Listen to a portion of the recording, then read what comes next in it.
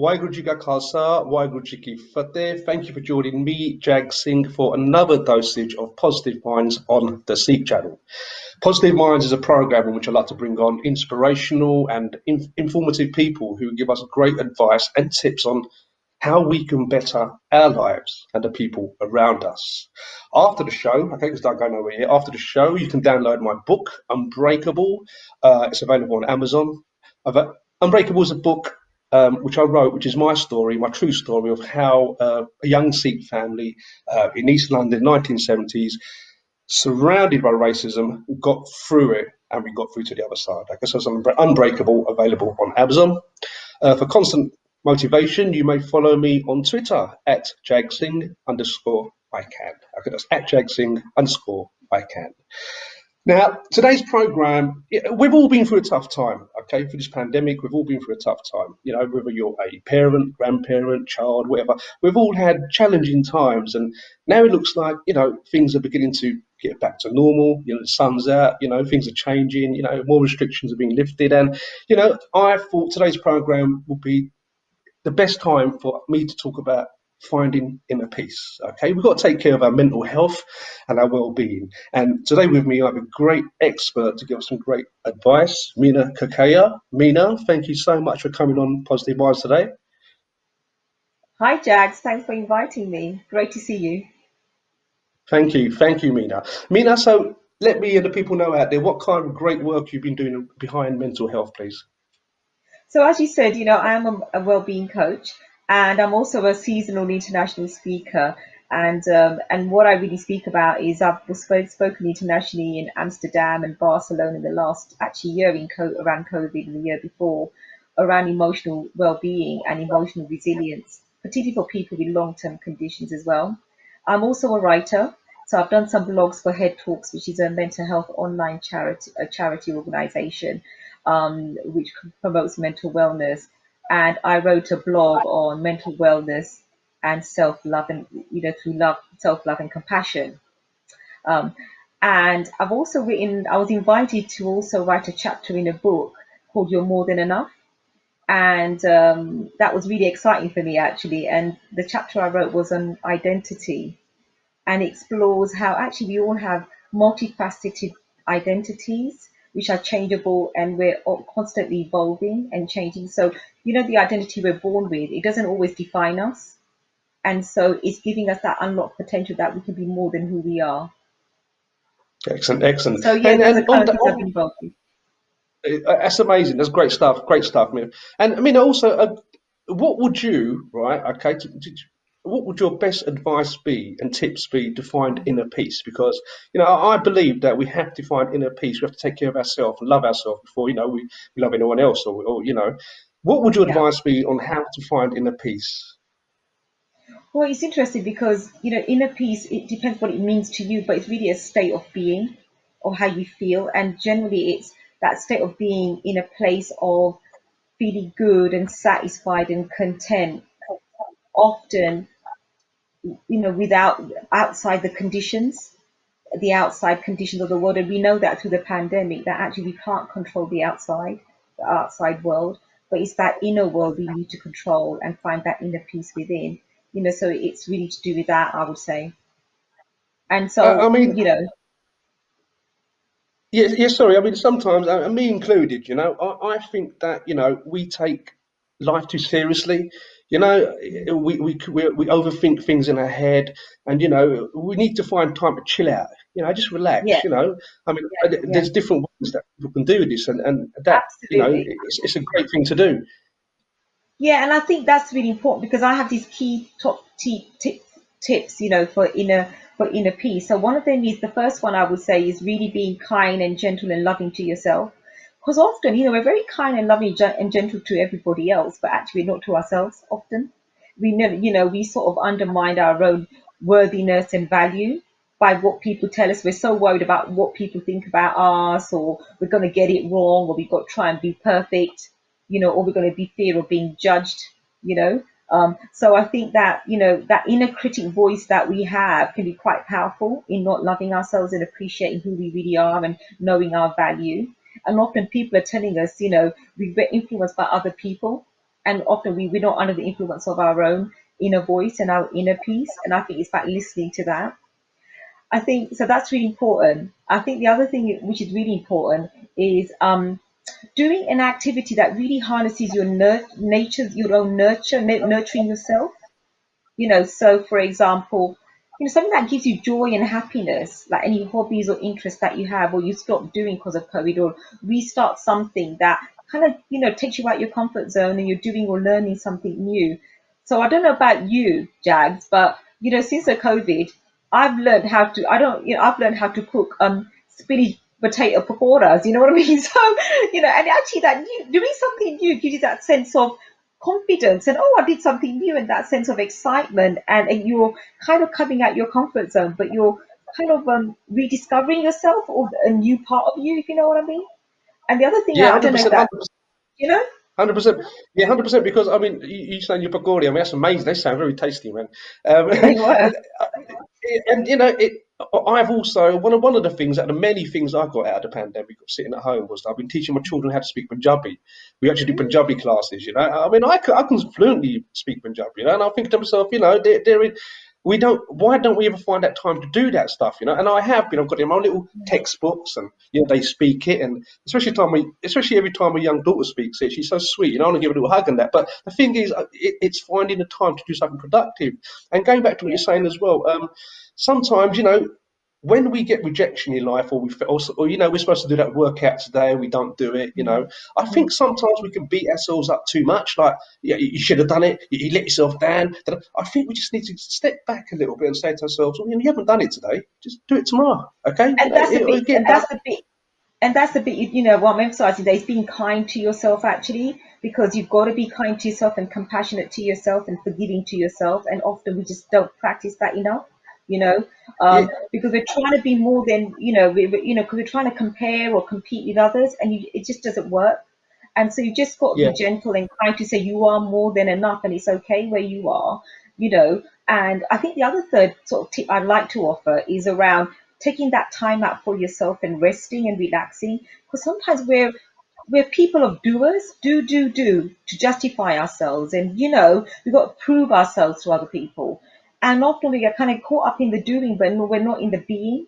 And often when you're more in the being, about quietening the mind a bit more, and you're having that space to rejuvenate and to recharge your batteries, it's so important, you know. And we don't practice that on a daily basis. So, you know about meditation, we know about mindfulness and, quietening the mind. But what is it? And these are ancient practices, and there are some value in that. Even the sense of prayer, that's like a sense of meditation or visualizations or definitely, affirmations. definitely. And I think that the more we try and do something to kind of quieten the mind, because the mind is very busy, it's full of thoughts, and it's racing, racing, racing. And often we're not in managing it or controlling it, we're in this kind of autopilot mode. So, whether it's prayer or breathing techniques, because when you do some of those things, it really helps you to begin to align with yourself, get in tune with Yeah, yourself and listen to yourself. And it's giving yourself permission to do that and practice that as a daily practice.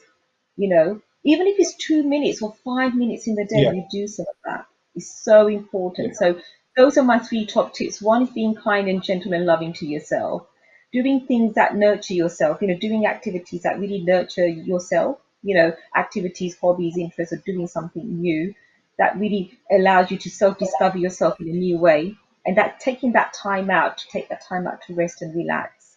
Because often we feel guilty that we shouldn't be relaxing.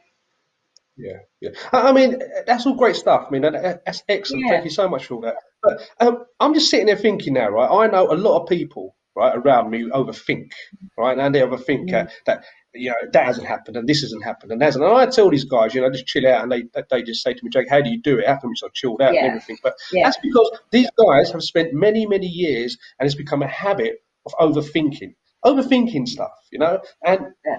as I said, I know a few people around me who do that. And I was telling them, listen, just chill out. What would your advice be to someone who's got years of practice of being an overthinker about things, worry about things? What would your advice? How can they break the pattern? Yeah, so it's a real common pattern actually. I am myself sometimes an overthinker. because I want to control the situation. I want to get it right. And that becomes a normal habit. And sometimes we're not allowing ourselves to kind of go with the flow. You know what I mean? We're trying to control and manipulate everything. And it sometimes can backfire on you because it makes you overexhausted.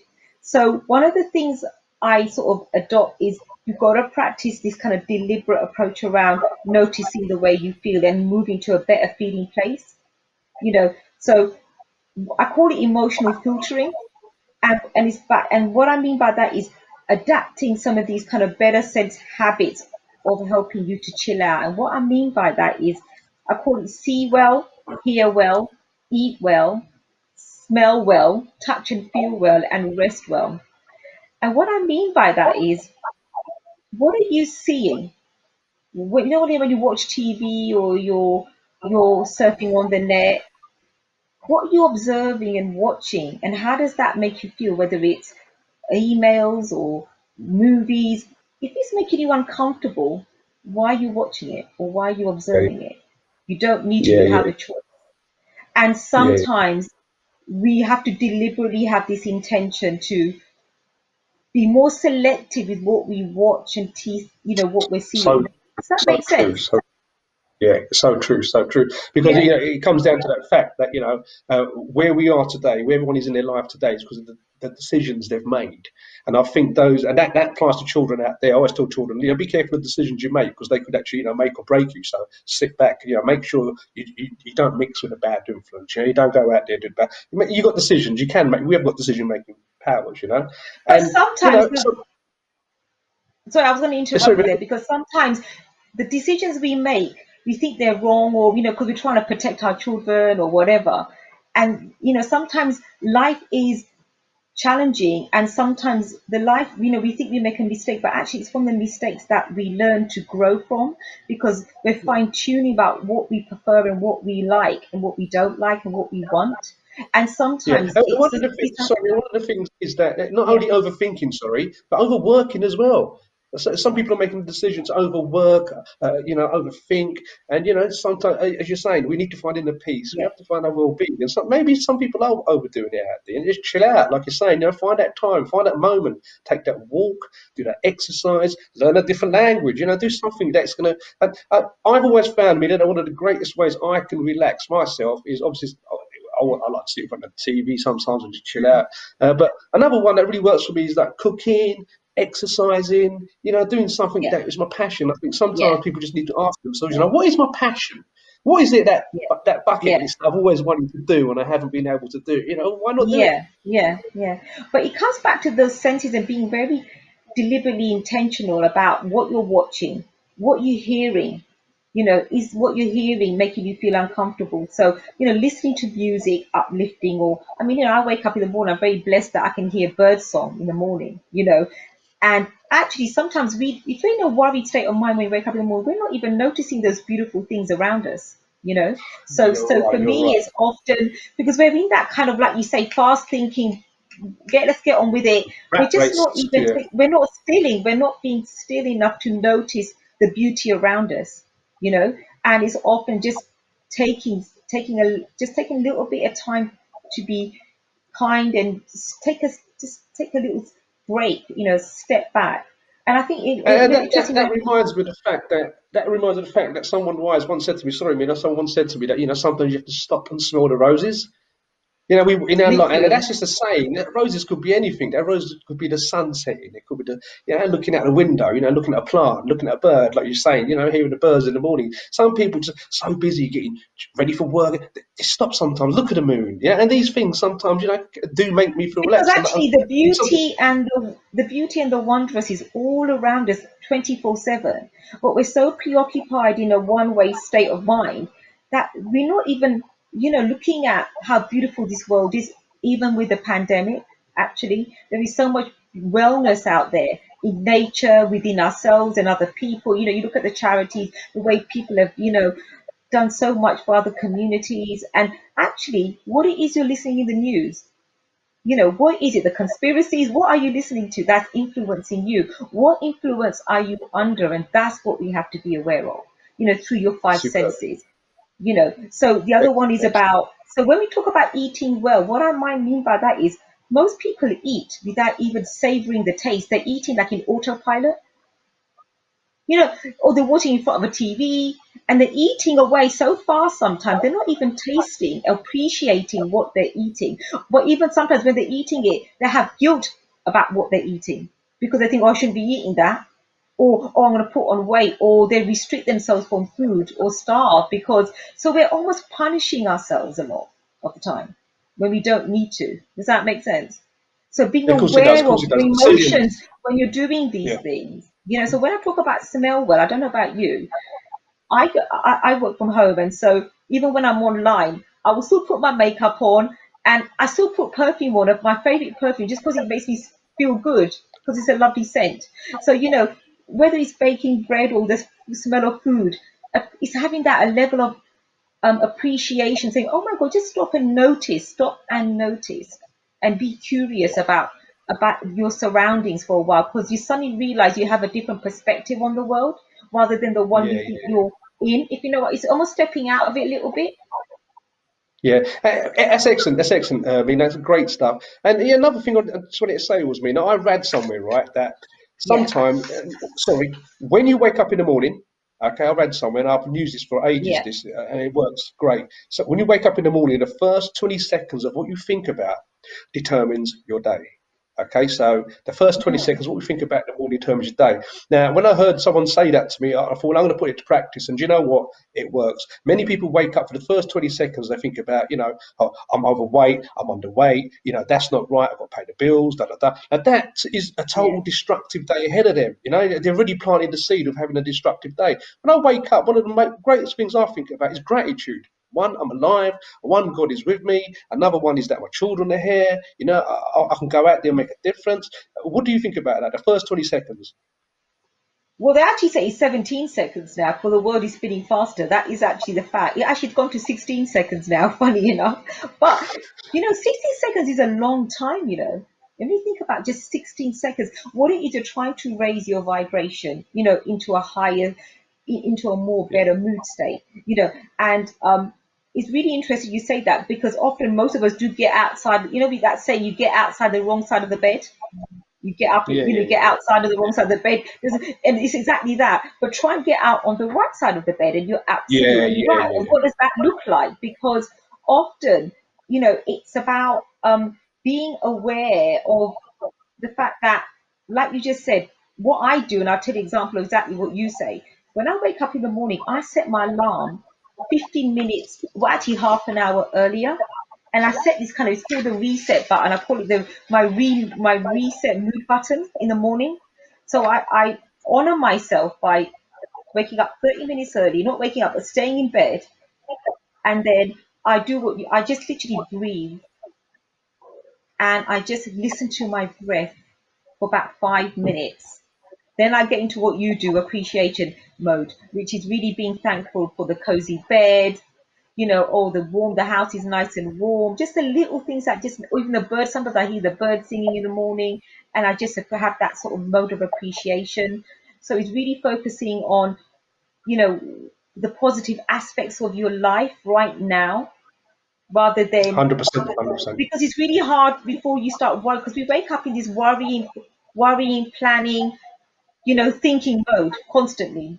So it's just taking that time out and kind of, it's almost like collaborate. It's like kind of tuning into yourself before you start off the day. Yeah, Because yeah, often yeah. when you start Get the in day, touch with yourself. Get in touch with yourself. Yeah. and you're going to have wobbles throughout the day. Even I do. Sometimes things just happen. You have a little wobble. But what you notice that when you lie yourself in the morning, you are able to quickly adapt and come back, bounce back into your well-being very quickly, Yeah. because you Yeah. don't really want to be in that kind of negative place for too long because it feels uncomfortable.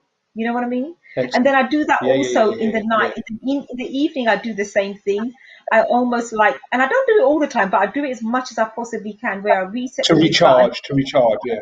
to recharge, but also remind yourself what good things happen in the night, in the day, that you really Yeah, yeah, appreciated. yeah, yeah, Somebody yeah, said yeah. something to you nice, or something really worked out for you that day. And often we're just kind of reflecting about the good things that happen in the day, even if it's one thing that happened good in the day.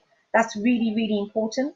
That's a good point you brought up, Mina, because what I do exactly the same thing at night time, 100%. I sit there and I think, Yeah. okay, what good things happened to me today? And then rather than, after I've answered, made a list of the good things that have happened, rather than sitting there thinking of all the bad things that happened, I ask myself another question. That question is, what could I have done a bit different? So I'm still not putting myself down. All I'm No, saying is that it went well, and what could I have done? Not, oh no, I shouldn't have done this and I shouldn't have done that. No, no, no, no, that's too negative for me. It's what could I have done differently? that's fine, I think, if you're kind of wanting to reflect on something you could improve on. But sometimes it's kind of done and dusted, and you can just say, okay, Yeah, maybe I'll do that differently. But that's all you can do. But don't beat yourself up, because sometimes that can get into that alignment of beat yourself up a little bit, that you're not quite yeah, yeah, perfect. yeah, And so you've got yeah, to be mindful of that. And I think once something is done, it's done. But unless it had an impact where you can say, okay, I really had to learn something from that about yeah, doing it yeah, differently. Because sometimes, yeah, you know what, doing it, sometimes you have to challenge people and things can be yeah, uncomfortable. But often from yeah, that comes clarity about, yeah, because people are going to have different opinions, Jags, about everything. yeah, yeah, And yeah, you yeah. got to agree to disagree, and that actually is okay. Sometimes you can't always try and seek harmony with everybody, because you can't always do it. Excellent. And I Mina, think listen, I'm going to have to interrupt you. Listen, sorry, Mina, okay, the producer is telling me I've got 3 minutes left. Listen, if people okay, want to contact yeah, you, want to speak to you out there, what's the best way for them yeah. to contact you? Okay, so I am on LinkedIn, so under my name, Mina Kakaiya, and I'm also on Twitter. So I've got my Twitter handle. So, you can DM me there. So, yeah, I look forward to catching up with people there around my coaching and the work that I do. So, thank you. Mina, listen, thank you so much for coming on Positive Minds today and sharing the great advice for the people out there. And you know what? Good luck with all the work you're doing. And, I wish you all the best, okay? Thank you so much for having me. It's been a pleasure. Thank you, Jags. Superb. So there you go, guys, on Positive Minds today. I'm Mina Kakaiya speaking about mental health and well-being. We need to chill out. We need to take time out. Don't go so hard on yourself. Okay, we've all been through a tough time, challenging time, and hopefully it's gonna get better. And one thing we must keep doing is keep smiling and keep moving forward. Okay, guys, thank you for joining me, Jag Singh, on Positive Minds. Waheguru Ji Ka Khalsa, Waheguru Ji Ki Fateh.